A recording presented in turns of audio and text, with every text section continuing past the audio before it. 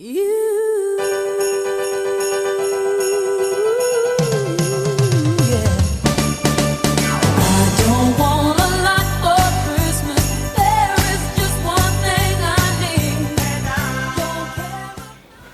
da Nicoletta e sono qui per farti gli auguri di buon anno per il 2016. Siamo ancora negli ultimi giorni, nell'ultimo piccolo spezzone del 2015 e per me è stato un anno strong quest'anno, veramente strong, e sento anche per molte persone con cui interagisco. È stato strong perché a volte ci sono degli eventi che ti mettono a dura prova a livello affettivo, a livello lavorativo, e la cosa importante è sempre imparare e far sì che le cose abbiano un loro perché, oppure accoglierle semplicemente senza dare troppa energia.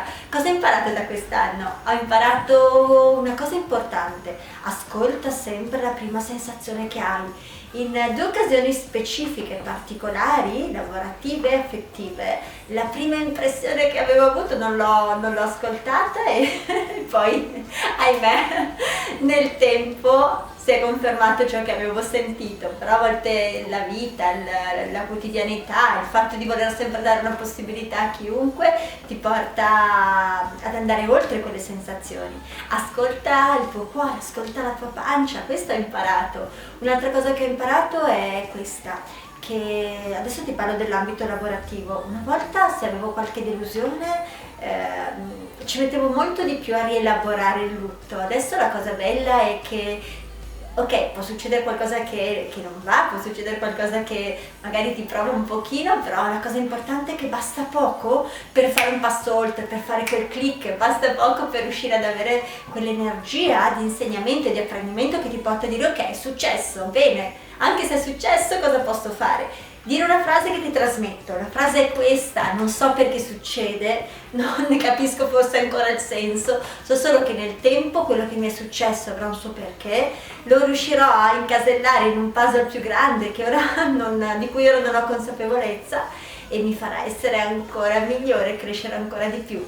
E con l'augurio di crescere ancora di più, quali sono gli eventi che ti hanno colpito in positivo, che ti hanno fatto crescere, magari quelli un pochino più graffianti del 2015? Da cosa puoi dire grazie? Cosa vuoi lasciare andare? Perché ti do un piccolo giochino da fare.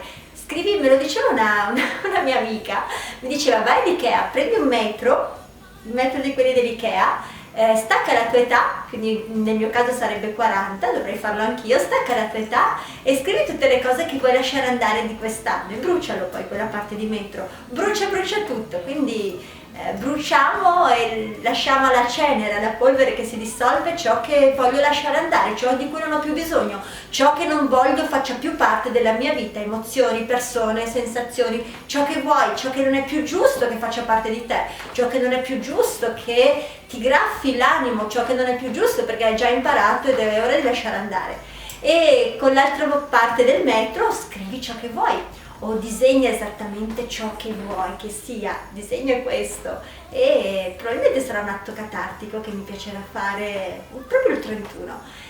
E l'augurio mio del 2016 qual è? Che sia un anno dove puoi veramente fare quel salto. Io non so dirti perché, è una sensazione forte che ho, sento che sarà per me un anno magico in cui magari esisteranno degli unicorni magici, perché scherzo, però l'unicorno è un animale fiabesco molto bello, mi dà la sensazione della magia, della creatività, dell'intensità, della forza, della passionalità, dell'energia, della determinazione, dell'amore, della purezza. Qual è la magia che ti auguri e farai in modo che sia il prossimo anno? Qual è la magia che vuoi creare? Qual è la cosa che vuoi far sì che avvenga? E quali azioni farai perché questo possa avvenire a livello personale, lavorativo, affettivo, amicale? Chi sono le persone che frequenterai ancora di più? Quali sono le azioni lavorative che ti porteranno ad avere i risultati che vuoi? Quali sono le coccole affettive, comunque gli intenti, le intenzioni affettive che ti possono portare a essere ancora più connesso con le persone che ami, che senti, che che vibrano alla tua stessa lunghezza d'onda.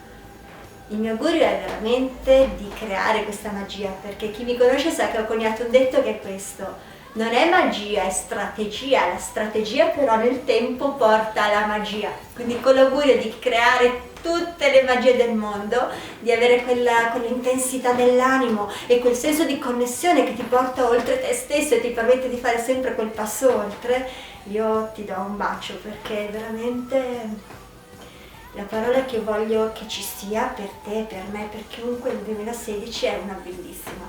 Due sono le emozioni primarie dell'essere umano: l'amore e la paura. Agisci per amare o agisci per evitare una paura? Io scelgo di amare. In primis me e le persone che mi stanno accanto, perché penso sia la cosa più bella. Grazie. Ciao, ciao, ciao. Auguri.